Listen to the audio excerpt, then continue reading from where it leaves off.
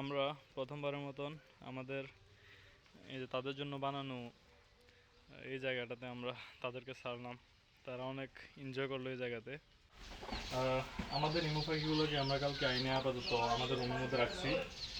এই রুমটা আমাদের রেডি ছিল, এই কারণে এখানে রাখছি, কিন্তু এই পরিবেশটাও মনে হয় না ইমু পাখির জন্য ঠিক আছে। তো আমরা আরেকটু এদেরকে ভালো পরিবেশ দেওয়ার জন্য আমরা বাইরে এদের জন্য একটা স্পেস বানাতে এসেছি, আপনাদেরকে দেখানো হচ্ছে। এই পাখিগুলো সাধারণত খোলা পরিবেশ এবং কি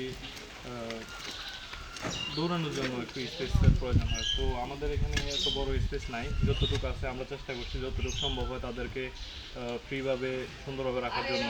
তো এই জায়গাটা আমরা বানিয়ে দিচ্ছি তাদেরকে, এমনকি যাতে মাটি পানি বৃষ্টি হলে যাতে পানি আটকে না থাকে বা শুকনো থাকে জায়গাটা, কারণে একটু মাটি দিয়ে আমরা উঁচু করে চারোদিকে সাধারণভাবে এই যে আমরা বাঁশগুলো দিতেছি, এই পাখিগুলো সাধারণত মানে জাম্প দিয়ে যায় না।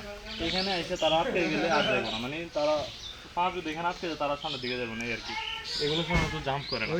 তো এই আমাদের পাখি, আর আমরা সাথে আমাদের রয়েছে ময়ূর। ইনশাল্লাহ ময়ূরের জন্য আমরা আরেকটা বক্স বানাবো, এটা আপনাদেরকে দেখানো হবে। আমরা আমাদের ফার্ম এখনও রেডি না হওয়ায় এই কারণে আমাদের জন্য একটু এক্সট্রা কাজের চাপ হয়ে গেছে, এটা সমস্যা নাই। ইনশাল্লাহ আমরা পাখিগুলোকে যথেষ্ট চেষ্টা করবো, যথেষ্ট ভালোভাবে ভালো পরিবেশে এমনকি যত্ন সহকারে রাখার জন্য। আমরা এই জায়গাটার মধ্যে পাখিগুলোকে দিনের বেলা উন্মুক্ত অবস্থায় ছেড়ে দিব, আর রাত হলে যাতে অটোমেটিকলি পাখিগুলো নিজেদের ঘরে চলে যেতে পারে এরকম একটা দরজা তৈরি করে দিব। আমরা প্রথমবারের মতন আমাদের এই যে তাদের জন্য বানানো এই জায়গাটাতে আমরা তাদেরকে ছাড়লাম। তারা অনেক এনজয় করলো এই জায়গাতে। তো আমি ভাবতেছি তারা এখানে অনেক ভালোভাবে থাকতে পারবে এবং কি এই জায়গাটাতে তারা অনেক এনজয় করবে।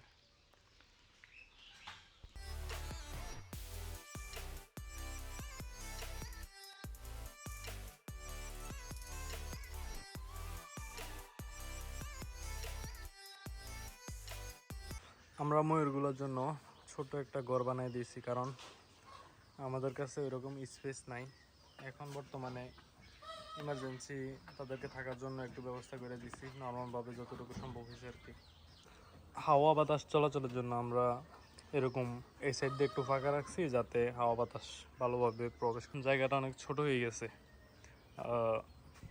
ওই দিক থেকে 4 ফিট আর এই দিক থেকে 6 ফিট।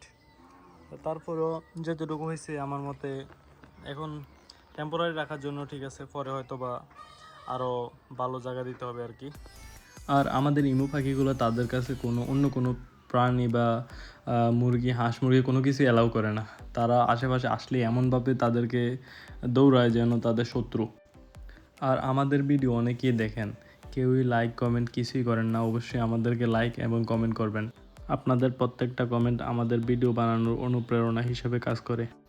আর পরবর্তী ভিডিও পেতে আমাদের পেজে ফলো দিয়ে পাশে থাকুন। আল্লাহ হাফেজ, সবাই ভালো থাকবেন।